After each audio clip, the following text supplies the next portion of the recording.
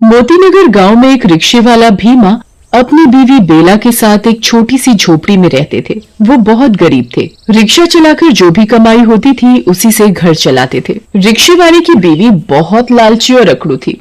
बस सजने संवरने में ही लगी रहती थी। भीमा को देर रात तक रिक्शा चलाने को बोलती थी। एक दिन भीमा रिक्शा जल्दी चलाकर घर लौट आता है। अरे भगवान, कहाँ हो? जरा पानी तो पिलाना। अजी पानी बाद में पीना, पहले जो आज कमाया है वो सारा मेरे हाथ में रखो। भीमा वहाँ बिछी खाट पर बैठ जाता है और सारे पैसे अपनी बीवी के हाथ में देता है। ये लो भगवान, आज की कमाई। आज बस इतना ही? बाकी पैसे तुमने छुपा तो नहीं लिए? वो आज मैं जल्दी घर आ गया ना, तो ज्यादा नहीं कमा पाया। बेला गुस्से से भीमा को देखती है। अच्छा ठीक है, कल जल्दी जाना और देर से आना, और ज्यादा पैसे भी कमा कर आना। रात हो जाती है। दोनों सो जाते हैं और सुबह जल्दी उठकर अपना रिक्शा लेकर भीमा चला जाता है। जब बेला की सुबह आंख खुलती है तो उसका पति उसे सोया हुआ नहीं दिखता। अच्छा, आज तो जल्दी चले गए। ठीक है ना, आज ज्यादा पैसे कमाएंगे। भीमा अपना रिक्शा लेकर सड़क पर जा रहा होता है और रिक्शा रुकता है। अरे ओ रिक्शा वाले भैया, रिक्शा रोको। भीमा रिक्शा रोक लेता है। साहब, कहाँ जाना है? भारतपुर जाना है, चलोगे क्या? हाँ, चलूंगा साहब। कितने पैसे लोगे? 20 रुपए साहब। 20 रुपए? नहीं नहीं, मैं तुम्हें 10 रुपए दूंगा। चलना है तो चलो। भीमा अच्छा और ईमानदार इंसान होता है तो वो 10 रुपए में भी मान जाता है। अच्छा साहब, ठीक है, बैठ जाइए रिक्शे में। आदमी रिक्शे में बैठ जाता है और भीमा उस आदमी को भरतपुर उतार देता है। उस आदमी के जाने के बाद भीमा की नजर रिक्शे के पीछे वाली सीट की तरफ जाती है। वो देखता है कि वो आदमी रिक्शे में अपना कोई थैला जल्दी में होने के कारण भूल जाता है। भीमा वो सामान उस आदमी को वापस लौटाने के लिए जैसे ही मुड़ता है तो वो देखता है कि वो आदमी तो बहुत दूर चला गया होता है। अब भीमा सोचता है कि ये सामान मैं उसको उसके घर जाकर दे दूंगा। सुबह से रात हो जाती है। रात के 11 बज जाते हैं। भीमा अब घर जाने की सोचता है। अब मुझे घर चलना चाहिए, बहुत देर हो गई है। आज भी कुछ ज्यादा पैसे हाथ नहीं आए। बेला फिर कुछ खरी खोटी सुनाएगी। भीमा उदास मन से घर चल पड़ता है। घर पहुंचकर रोज की तरह सारे पैसे अपनी बीवी को दे देता है। अरे मेरी किस्मत फूट गई थी, मेरे माँ बाप ने ऐसे आदमी से शादी कर दी। एक तो गरीब है, ऊपर से इसकी ईमानदारी। हे भगवान, ये ईमानदारी मुझे एक दिन भिखारन बनाकर छोड़ेगी। आसपास गांव वाले सभी उसके घर के पास खड़े होकर सब सुन रहे होते हैं। गांव वाले आपस में बातें कर रहे होते हैं। अरे भाई, इनका तो ये रोज रोज का लड़ाई झगड़ा हो गया है। हाँ भाई, ये भीमा तो सीधा साधा है, इसकी बीवी के आगे नहीं चलती। भाई, भीम की तो किस्मत ही फूट गई है। ऐसी बीवी से शादी करके बेचारा भीमा करे भी तो क्या करे। बीवी को पैसे के अलावा कुछ दिखाई नहीं देता। पैसा पैसा, बस पैसा चाहिए। चलो भाई चलो, अपने अपने घर चलते हैं।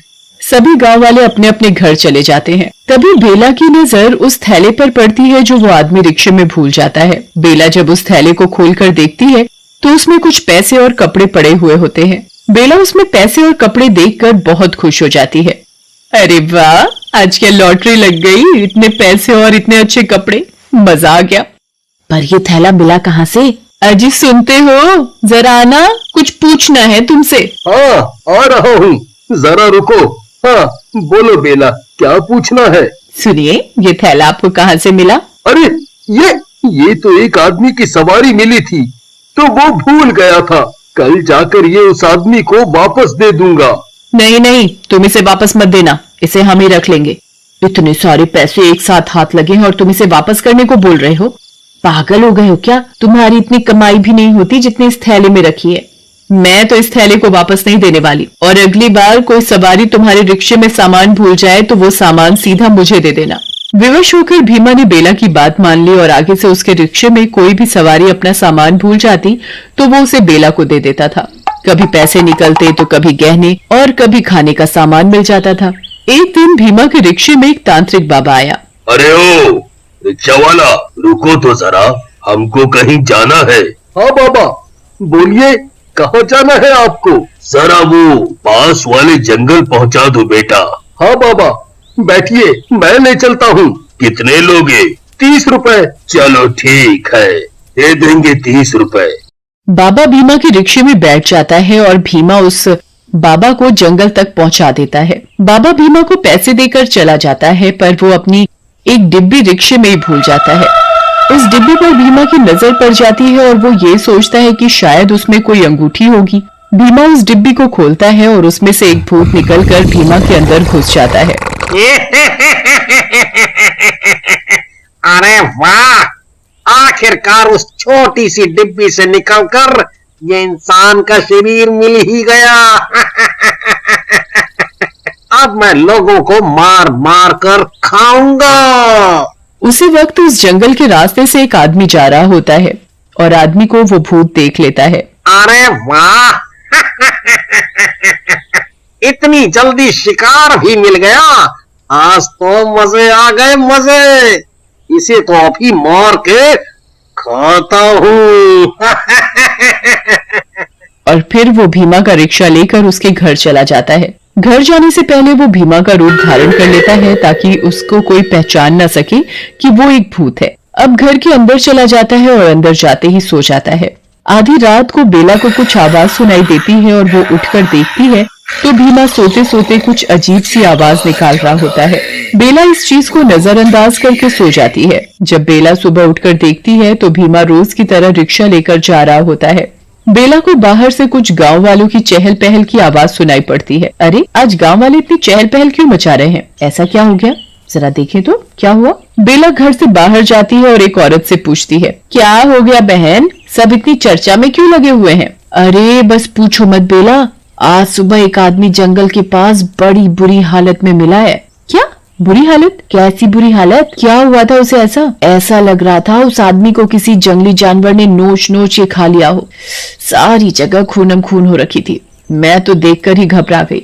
अच्छा, लगता है हमारे जंगल में कोई जंगली जानवर घुसा है। मैं भी अपने पति से कहूंगी कि जरा संभाल के रिक्शा चलाए। हाँ बेला, तू ध्यान रखियो अपना। दूसरी तरफ भीमा के अंदर घुसा भूत रिक्शा चला रहा था। उसे जो भी सवारी मिलती उसे बैठाकर वो जंगल की तरफ ले जाकर खा जाता। ऐसा करते करते रात हो जाती है और वो भूत भीमा का रूप लेकर घर पहुंचता है। अगले दिन रात को बेला को फिर से कोई अजीब सी आवाजें सुनाई देती हैं।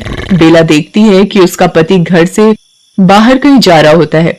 अरे, ये कहाँ जा रहे हैं? जरा देखूं तो सही। बेला उसका पीछा करती है। भीमा जंगल की तरफ जाकर फिर से भूत के रूप में आ जाता है। बेला ये सब देखकर बहुत घबरा जाती है। हे भगवान, ये क्या हो रहा है?